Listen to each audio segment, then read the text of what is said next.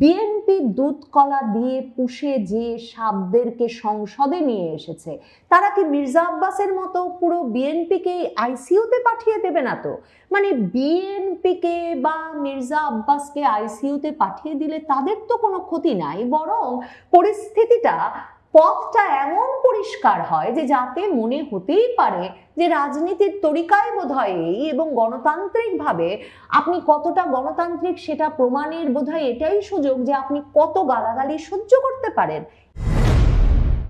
প্রায়শই বিএনপির বর্ষিয়ান নেতারা এমন মন্তব্য করছেন গত কয়েক মাস ধরে যে তারা যখন থেকে রাজনীতি করেন তখন তরুণ নেতাদের অনেকের বাবা মায়ের বিয়ে হয়নি। মির্জা আব্বাসের ক্ষেত্রে বিষয়টা সত্যি সত্যি ভীষণভাবে সত্যি। মানে 90 সালে তো তিনি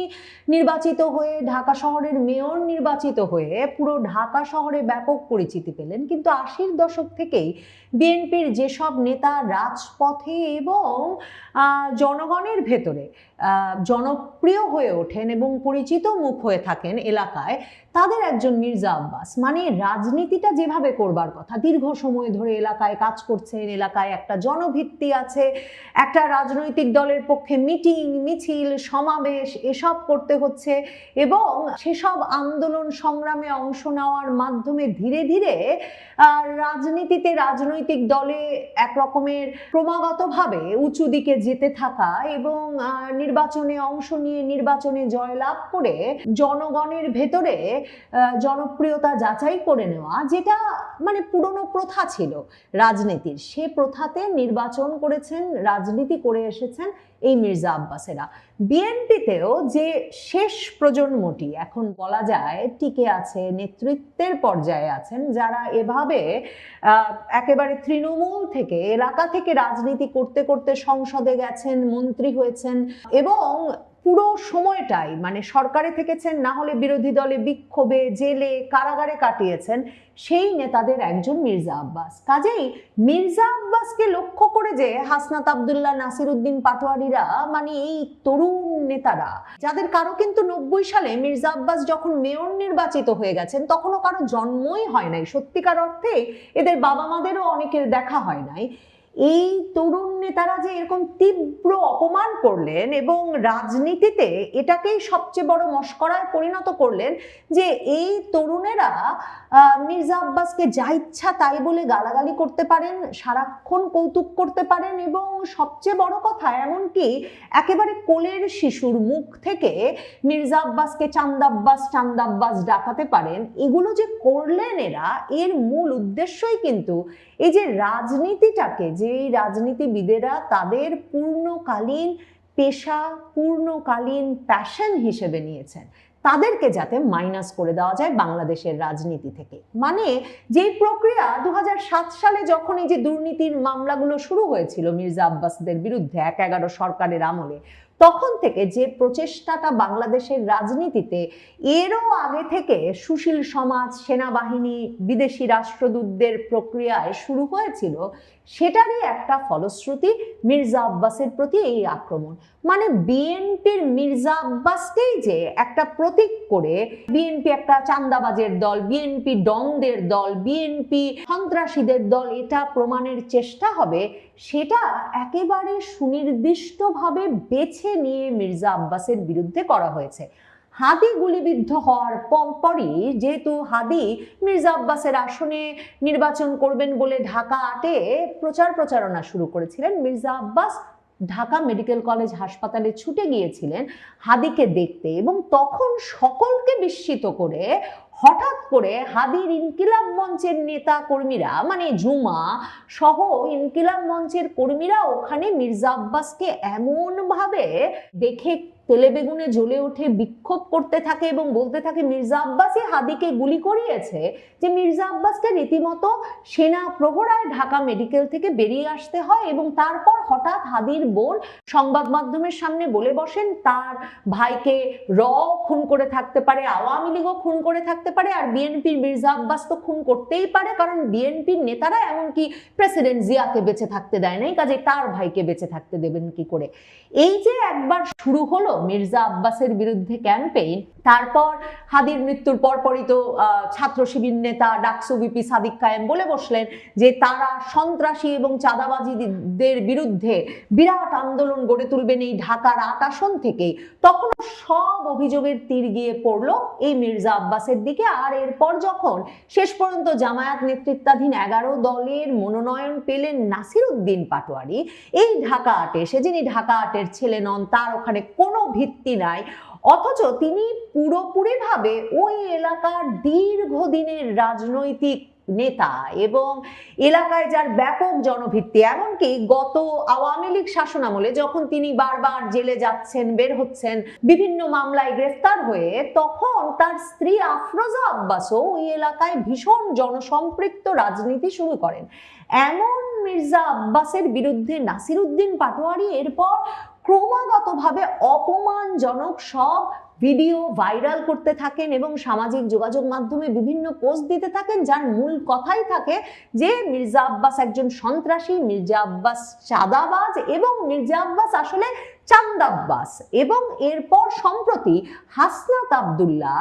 একটা কোলের শিশু, মাত্র তার মুখ দিয়ে কথা ফুটতে শুরু করেছে, তাকে দিয়ে বলাতে থাকে স্লোগানের মতো মির্জা আব্বাস চান্দাব্বাস, মির্জা আব্বাস চান্দাব্বাস। এরপর ওই ভিডিও ভাইরাল হয়ে যাওয়ার পর অবশ্য সংসদ সদস্য হাসনাত আব্দুল্লাহ ক্ষমা চান, কিন্তু ততক্ষণে একটা কোলের শিশুর মুখ দিয়ে এমন একজন বর্ষিয়ান রাজনীতিবিদকে, যাদের দীর্ঘ গণতান্ত্রিক আন্দোলনে অংশগ্রহণের ইতিহাস, এমনকি এই যে 15 বছর আওয়ামী লীগের শাসনামলের বিরুদ্ধেও যারা ক্রমাগতভাবে রাজপথে ছিলেন, কারাবরণ করেছেন বারবার, এমন একজন নেতাকে এই অপমান করাটাকে একটা হাসি মশকরার বিষয়ে পরিণত করলেন হাসনাত আব্দুল্লাহ। এবং তারপর হাসনাত আব্দুল্লাহ এমপি ক্ষমা চাইলেন বটে, কিন্তু ততক্ষণে মির্জা আব্বাস সম্পর্কে যাচ্ছে তাই বলা যায়, বর্ষিয়ান নেতাদের সম্পর্কে যাচ্ছে তাই বলাটাই রাজনীতি, নতুন বন্দোবস্ত, এবং এর মাধ্যমেই রাজনীতির সংস্কার হয়ে যাবে। এই বিষয়টা মোটামুটি সামাজিক যোগাযোগ মাধ্যমে প্রতিষ্ঠিত হয়ে গেল। নাসির উদ্দিন পাটোয়ারির যন্ত্রণা ক্রমাগত সহ্য করতে না পেরে মির্জা আব্বাসের এক ভক্ত হবেন, রমনা শাখার বিএনপির আহ্বায়ক, তিনি মামলার আবেদন করে বসেছিলেন যে নাসির উদ্দিন পাটোয়ারি বারবার মির্জা আব্বাসকে মানহানির চেষ্টা করছেন, মির্জা আব্বাসকে ভয়ভীতি দেখাচ্ছেন। এবং এই মামলা করবার পর নাসির উদ্দিন পাটোয়ারিরা ভীষণ তেলে বেগুনে জ্বলে উঠে বলতে থাকলেন যে এগুলো নাকি ফ্যাসিস্ট আচরণ। এই যে মামলা করা হয়েছে তার বিরুদ্ধে, যে তিনি মির্জা আব্বাসের মানহানি করতে গেছেন, তিনি যা ইচ্ছা তাই না হয় বলেছেনই, কিন্তু এই মামলার অর্থ হচ্ছে বিএনপি আর মির্জা আব্বাস গণতন্ত্র বোঝে না। বিএনপি এর সাথে সাথে মির্জা আব্বাসের মানহানি হচ্ছে, তাকে ভয়ভীতি দেখানো হচ্ছে, এই বলে তার এলাকার রমনা থানার যে আহ্বায়ক মামলার আবেদন করেছেন তাকে উল্টো শোকজ করে বসলো যে তিনি কেন অতি উৎসাহী হয়ে মামলার আবেদন করেছেন। মানে ধারণা তো করা যেতেই পারে ওই ব্যক্তি তো মির্জা আব্বাসের অনুমতি ছাড়া এমন একটা মামলা করেন নাই। তার মানে বিএনপি তখন সিদ্ধান্ত নিল তারা মির্জা আব্বাসের পক্ষে দাঁড়াবে না, তারা দাঁড়াবে নাসির উদ্দিন পাটোয়ারি আর হাসনাত আব্দুল্লাহ পক্ষে। বিএনপি দুধ কলা দিয়ে শাক পোষার সিদ্ধান্ত নিল। এই হাসনাত আব্দুল্লাহ এখন এমপি পদে সংসদে বসছেন তারেক রহমানের ঠিক উল্টো দিকে। এই যে হাদি যে শব্দটা, যে অশ্লীল শব্দটির জন্যে সারা বাংলাদেশে পরিচিত হয়ে উঠেছিলেন, সামাজিক যোগাযোগ মাধ্যমে তালেবস্য দিয়ে তৈরি যে শব্দটি বলে, সে শব্দটি আমি প্রথম লক্ষ্য করি কিন্তু যখন তারেক রহমানের বিরুদ্ধে এই তরুণ নেতারা এই শব্দ ব্যবহার করে স্লোগান দিয়েছিলেন 2025-এর জুলাইয়ে। 2025-এর জুলাইয়ে মিটফোর্ডের সামনে যখন এক ভাঙাড়ি ব্যবসায়ীকে হত্যা করা হয় ইট দিয়ে মাথা থেতলে, এবং সেজন্য ছাত্রদলের এক নেতা দায়ী বলে জানা যায়, তখন ঢাকা বিশ্ববিদ্যালয়, জগন্নাথ বিশ্ববিদ্যালয়, ইডেন কলেজ থেকে দলে দলে সাধারণ ছাত্রছাত্রীর ব্যানারে ছাত্রছাত্রীরা বেরিয়ে এসে, মানে চাঁদা ওঠে পল্টনে, সে চাঁদা যায় লন্ডনে, এই স্লোগান তো দিলেনই, তারা ওই স্লোগান দেওয়া শুরু করলেন যে টিনের চালে কাউয়া তারেক রহমান, এবং সেই শব্দ হাদির সেই শব্দ। এবং এই প্রথম আমি তখন সেই শব্দ লক্ষ্য করলাম যে এই শব্দটি একটা মূলধারার স্লোগানে পরিণত হয়েছে বাংলাদেশের ছাত্রছাত্রীদের মুখে, এবং তারপর তো বিভিন্ন কারণে তারা এই টিনের চালে কাউয়া স্লোগান দিয়েছেন। এবং সেবার মনে করে দেখেন ওই সাধারণ ছাত্রছাত্রীদের তারেক রহমান এবং বিএনপির চাঁদাবাজি ও সন্ত্রাসের বিরুদ্ধে তখনকার মিছিলে তখন এসে জামায়াতে ইসলামী যোগ দিলেন, ইসলামী আন্দোলন বাংলাদেশের নেতা মুফতি ফাইজুল হক নেমে এলেন ঢাকা শহরে সেই স্লোগানে এবং আন্দোলনে। কাজেই তারেক রহমান 2025-এর জুলাইয়ে কিন্তু এই ধরনের আক্রমণের কেন্দ্রবস্তুতে পরিণত হয়েছিলেন যখন ঢাকা শহরের সকল প্রথিতযশা শিক্ষা প্রতিষ্ঠানের শিক্ষার্থীরা এমন অশ্লীল স্লোগান দিয়ে তারেক রহমানের বিরুদ্ধে বেরিয়ে এসেছিলেন। এখন বিএনপি যেই দর কষাকষি আর সমঝোতার নির্বাচনের মাধ্যমে এই জাতীয় নাগরিক পার্টির এই নেতাদেরকে সংসদ সদস্য বানিয়েছে, যেখানে বিএনপি যে মনোনয়ন দিয়েছে হাসনাত আব্দুল্লাহর সিটে যেই ব্যক্তিকে, তিনি নাকি ঋণ খেলাপি হওয়ার কারণে শেষ পর্যন্ত তার মনোনয়নই বাতিল হয়ে গেছে। বিএনপি কোনো প্রার্থী দিতে পারে নাই হাসনাত আব্দুল্লাহর আসনে, সেই অবস্থায় হাসনাত আব্দুল্লাহ বিনা প্রতিদ্বন্দ্বিতায় এখন সংসদে। এবং এই যে বেয়ারামি করা, বেয়াদবি করা এবং অশ্লীল বাক্য ব্যয় করাকে রাজনীতিতে পরিণত করা যে তরুণদেরকে বিএনপি এক রকমের দুধকলা দিয়ে পুষে তাদের সাথে সংসদে নিয়ে এসেছে তাদের বিরোধী দল হিসেবে, এখন সংসদে এরা এরই মধ্যে প্রথম অধিবেশনের প্রথম দিনেই স্লোগান দেওয়া শুরু করেছেন। এখন তারা যদি হঠাৎ Hasnat Abdullah MP, Nahid Islam MP, Akter Hossain MP, Hannan Masud এমপিরা যদি হঠাৎ করে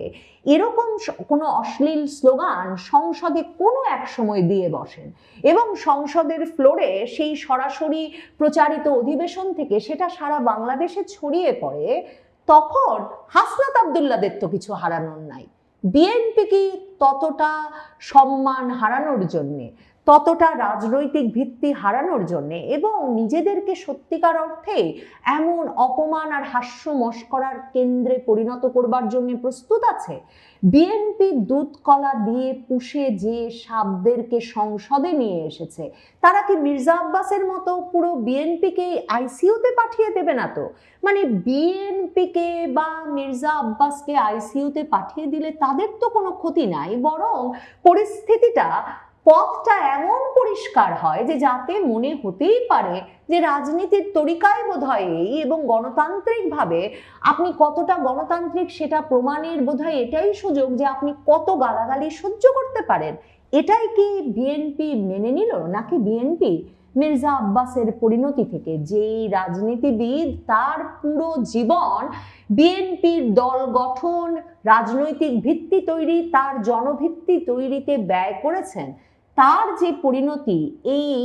তরুণ নেতারা ঘটালেন, কিংবা ধরলাম তাদের কারণে ঘটে নাই, তিনি বয়স্ক, তার এমনি